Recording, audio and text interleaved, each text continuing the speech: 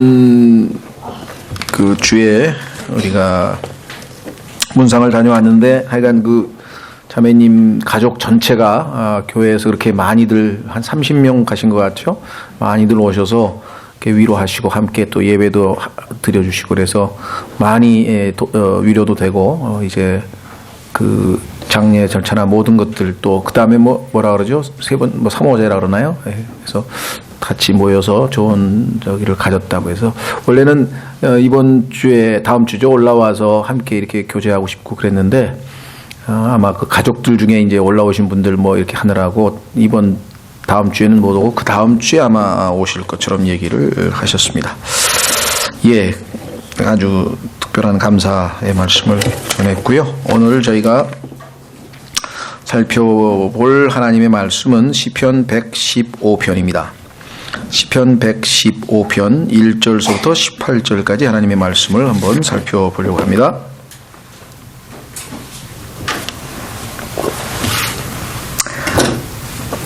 예, 1절서부터 우선 8절까지 한번 보겠습니다. 오 주여 영광을 우리에게 돌리지 마옵소서. 우리에게 돌리지 마옵소서.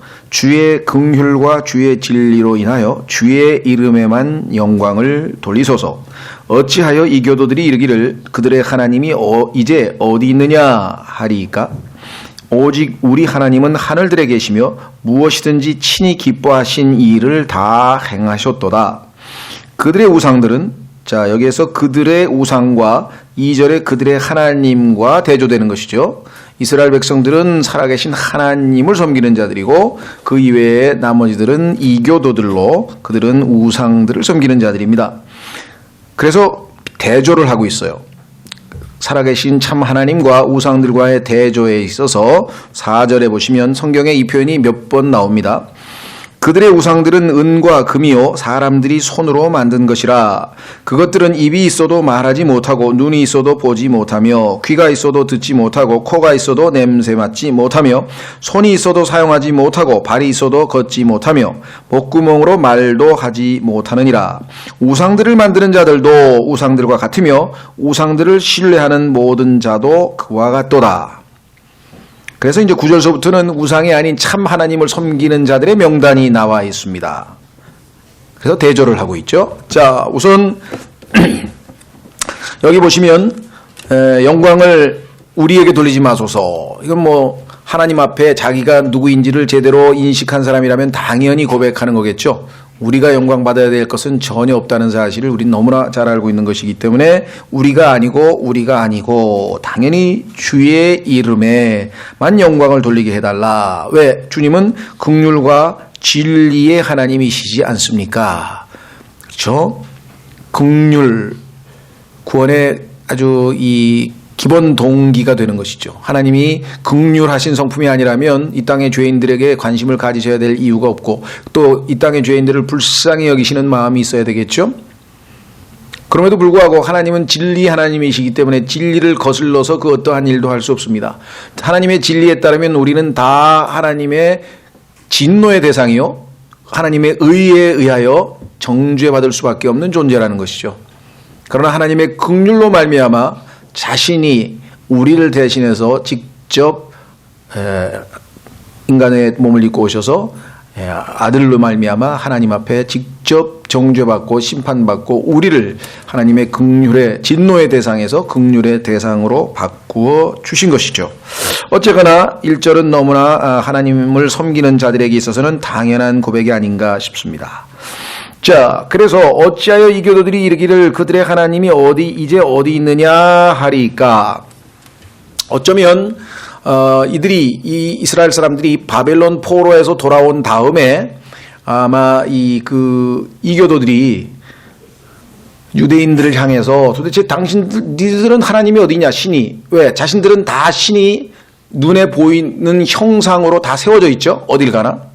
너희들은 신이 도대체 어디 있느냐? 너희 신은 이렇게 아마 질문했을 가능성이 높겠죠. 성전에 보니까 아무것도 없어.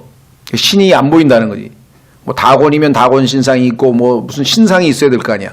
형상이 없는 것에 대해서 아마 이렇게 했는데 여기에 대해서 당연히 우리 하나님은 그러한 형상으로 된 분이 아니심을 말씀하면서 하나님과 우상과를 아주 대조할 수 있는, 극렬하게 보여줄 수 있는 그런 기회를 얻어서 이제 증언하는 모습이 여기 나와 있습니다. 그렇죠?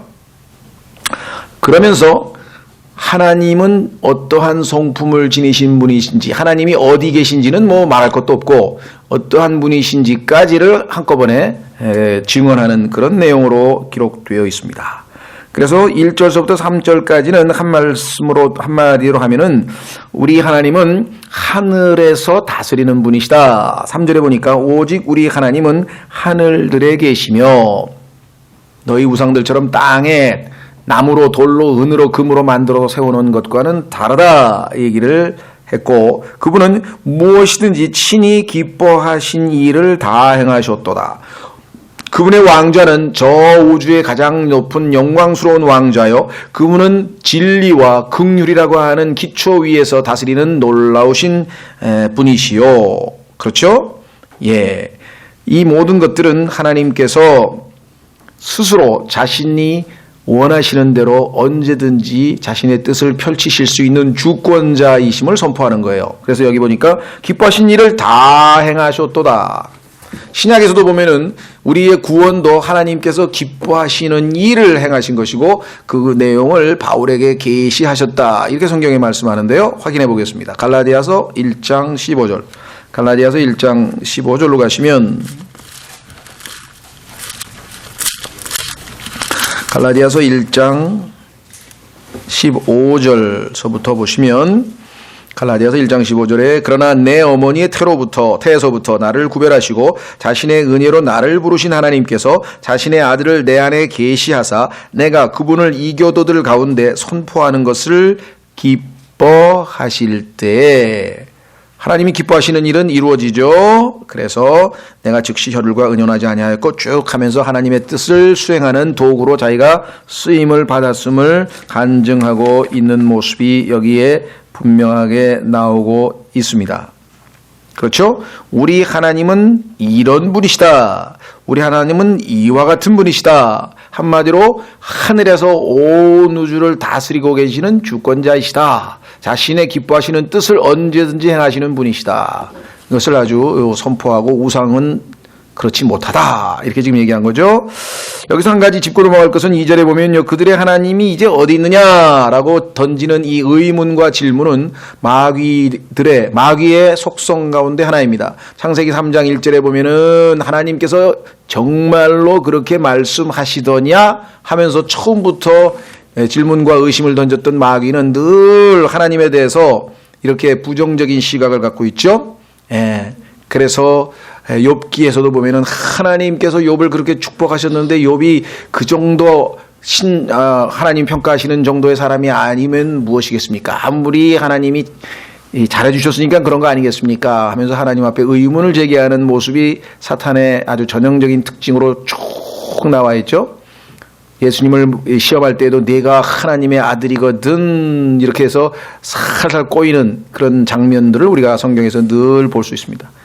그래서 하나님의 말씀에 조금이라도 토를 단다든가 뭐 이렇게 의심의 눈초리를 보이려면 그것은 전혀 하나님으로부터 오는 건전한 영이 아니다라고 하는 것을 우리가 알 수 있죠. 자, 두 번째 4절서부터 8절까지는 아까 우리 읽은 것처럼 한마디로 하면 우상은 죽은 자고 하나님은 살아계신 분이다. 그래서 우리 하나님은 살아계신 하나님이다. 그런데 그 표현이 어떻게 나오냐면요.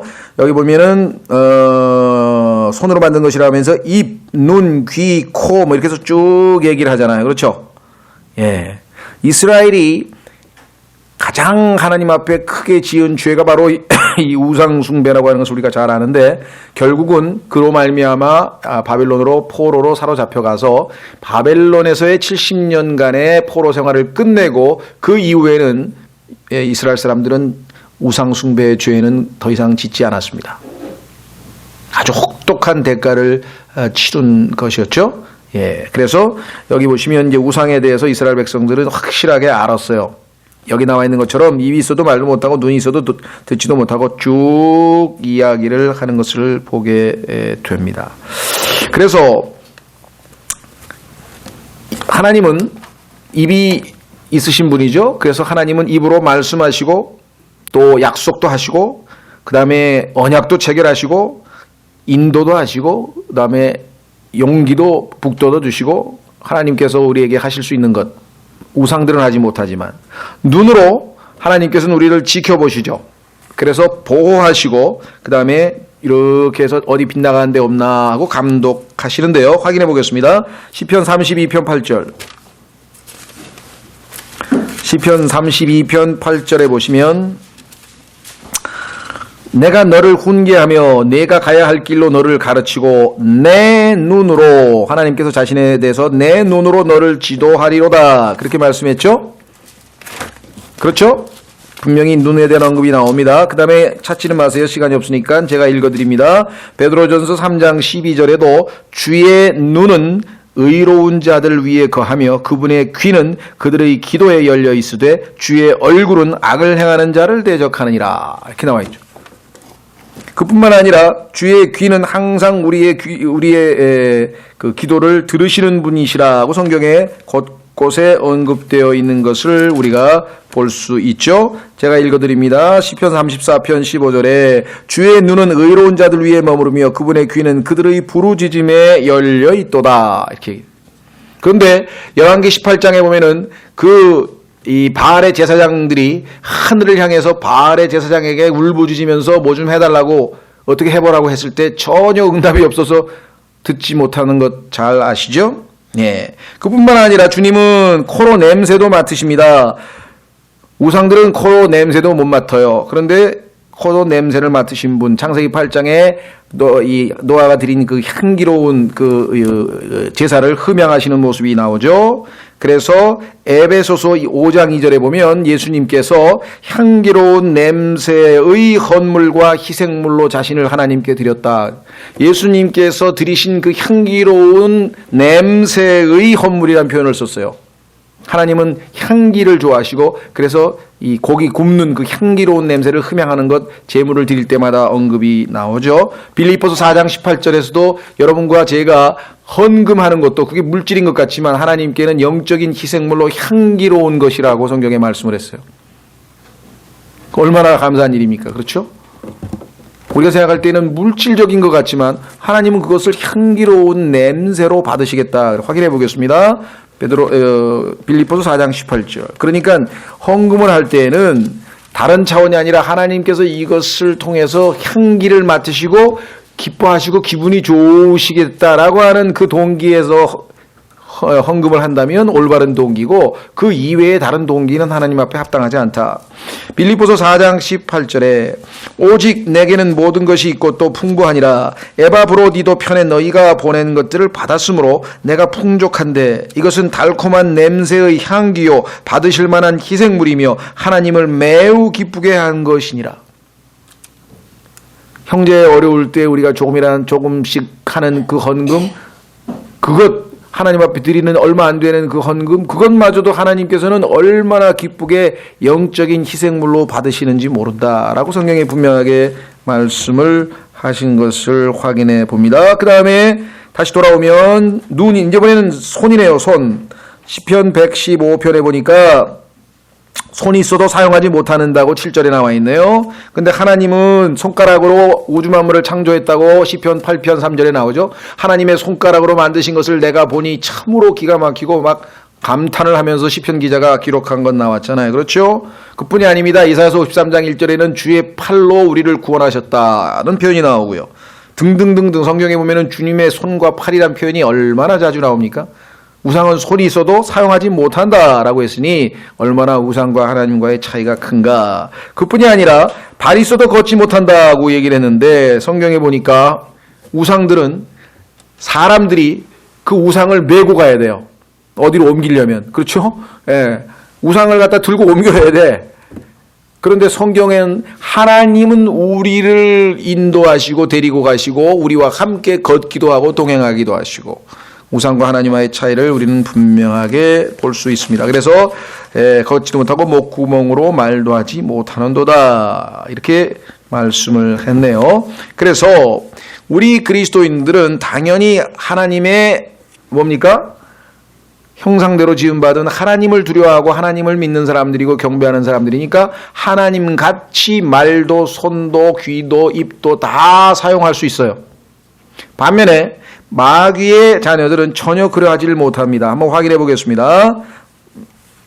로마서 11장 8절을 포함해서 성경에서 여러 번 인용이 되어 있어요. 로마서 11장 8절 한 구절만 인용합니다만은 이 외에도 주님께서 이 말씀을 한두 번 하신 게 아니에요.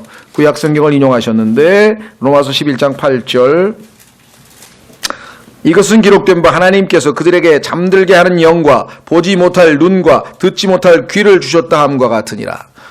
눈은 달렸으되 보지 못하고 영적인 것들을 보지 못하고 귀도 달렸으되 진리의 말씀은 듣지 못하고 이것이 우상을 섬기는 자들의 특징이라고 한다면 우리는 담대하게 하나님의 말씀을 듣는 것은 물론이고 담대하게 입을 열어서 전파할 수 있는 능력도 있겠죠. 그렇죠? 그래서 시편 115편 8절에 우상들을 만드는 자들도 우상들과 같으며 우상들을 신뢰하는 모든 자도 그와 같도다. 그렇다면 우리는 하나님을 섬기는 자들은 하나님과 같이 godly 하나님처럼 살고 하나님처럼 말씀하고 그와 같은 삶이 우리의 최종적인 목표가 되어야 되겠죠.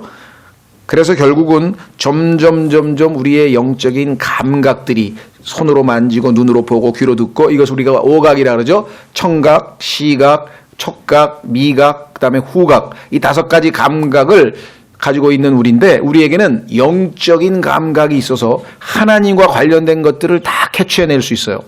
근데 이것은 영적으로 성숙되어 감에 따라 더 예민하게 반응합니다. 확인해 보겠습니다. 히브리서 5장 10절 이것이 잘 안 되기 때문에 영적인 분별력이 없어서 너무나도 안타깝게도 교리의 풍조에 따라 이리저리 왔다 갔다 우리가 많은 시행착오를 우리도 겪었고 다행히 우리가 바른 진로 위에 들어섰는데 그렇지 못한 주변의 분들이 너무나 안타깝게 많습니다.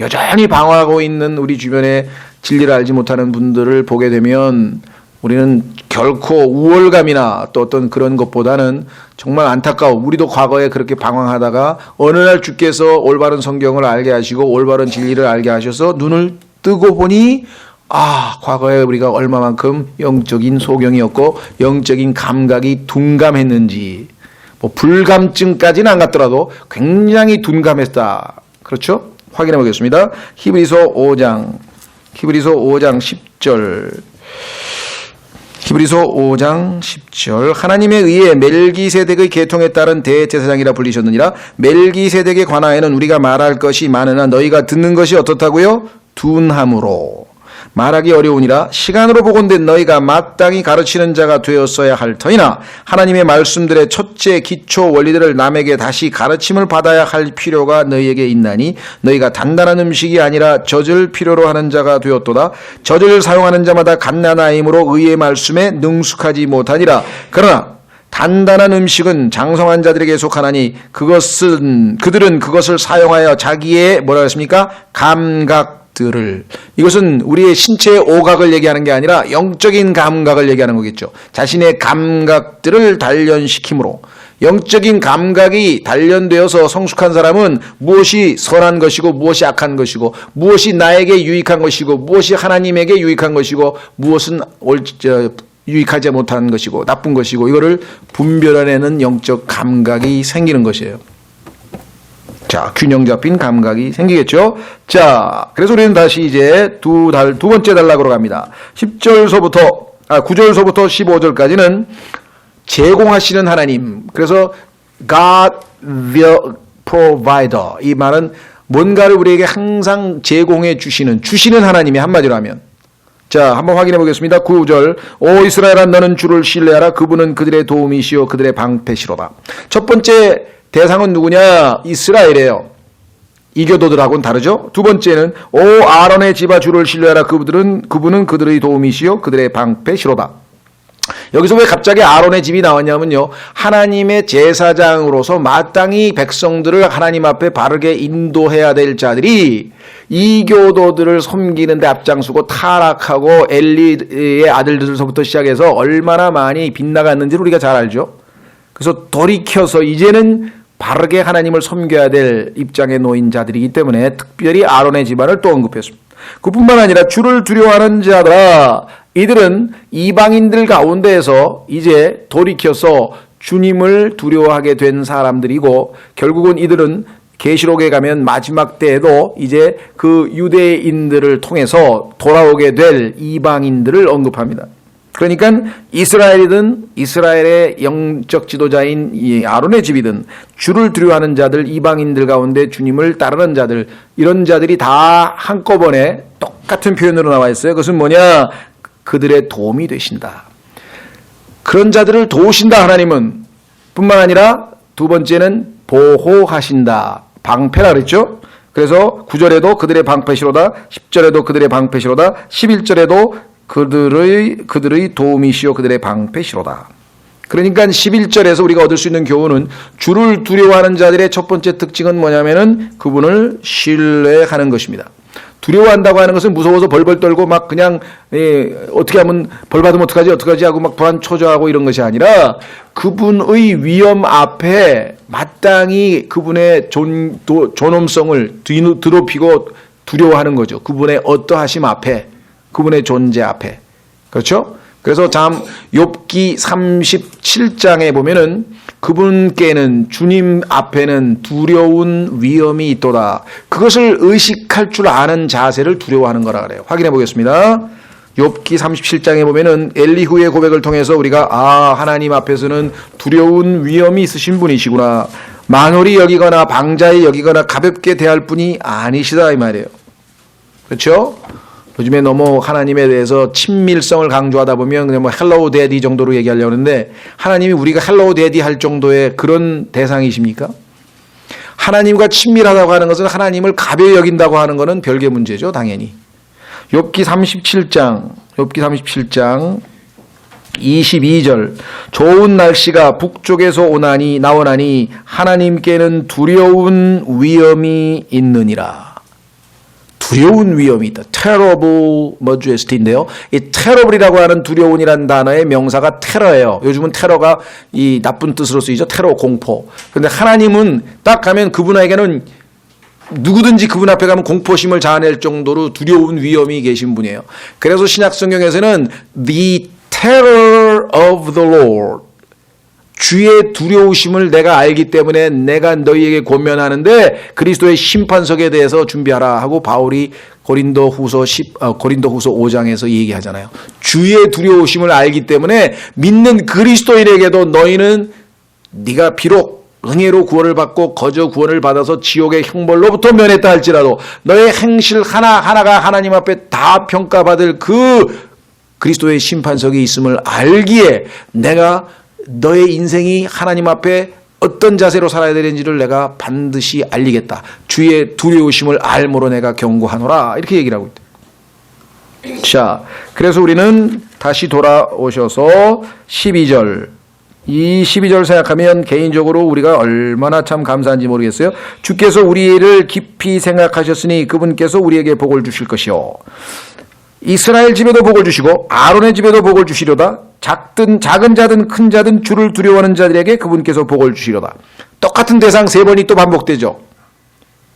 그렇죠? 자, 도움이 되시고 방패가 되실 뿐만 아니라 복을 주시겠다.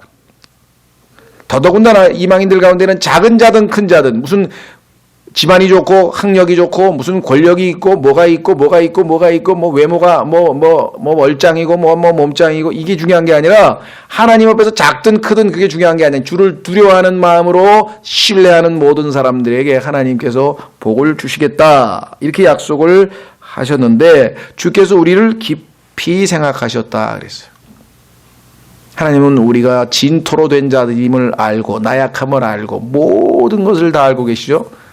그래서 하나님이 우리에 대해서 그렇게 깊이 생각하는 것 자체가 감격이에요. 시편 8편으로 가보면 시편 기자가 어찌해서 우리 같은 미물을 이 작은 별 볼 일 없는 인간 죄인을 깊이 생각하십니까? 하나님 마음에 두십니까? 우리 같은 사람은 무시하셔도 아무런 문제도 없으실 텐데요. 이게 여러분 어떠세요?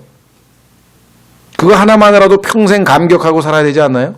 하나님께서 우리에게 관심을 그것도 깊이 여기면은 mindful인데요. mind라고 하는 것을 생각하는데 full, 꽉 충만하게 우리에게 관심을 가지셨다? 이거야말로 정말 황송하고요. 황공무지로소이다. 이외에 무슨 말을 하나님 앞에 할 수 있을까요? 깊이 생각하면 어떻게 될까요? 여러분과 제가 다른 인간을, 우리의 자녀들을 깊이 생각하면 벌 줄 일밖에 없을 것 같은데, 내가 볼 때는. 이게 뭐 긍정적인 게 별로 없잖아. 그러니까 전부 다. 하나님도 아마 우리에 대해서 생각하면 뭐가 우리에게 하나님 보시기에 속된 말로 이쁜 구석이 뭐가 있겠어요? 예? 한 군데도 없을 것 같은데 어떻게 해서 단호히 우리를 위하여 생명을 내어주실 결단을 내리고 아들은 그의 순종해서 이 땅에서 이 엄청난 일들을 결정할 수 있었는지. 그래서 시편 8편에 보면 이렇게 고백하잖아요. 3절, 주의 하늘들 곧 주의 손가락으로 지으신 작품과 주께서 정하신 달과 별들을 내가 깊이 생각하오니. 자, 이 어마어마하신 분이신데 4절, 사람이 무엇이기에 주께서 그를 생각 속에 깊이 두시나이까. 똑같은 단어입니다. mindful. 사람의 아들이 무엇이기에 주께서 그를 찾아오시나이까. 심지어 인간의 몸을 입고 찾아오시기까지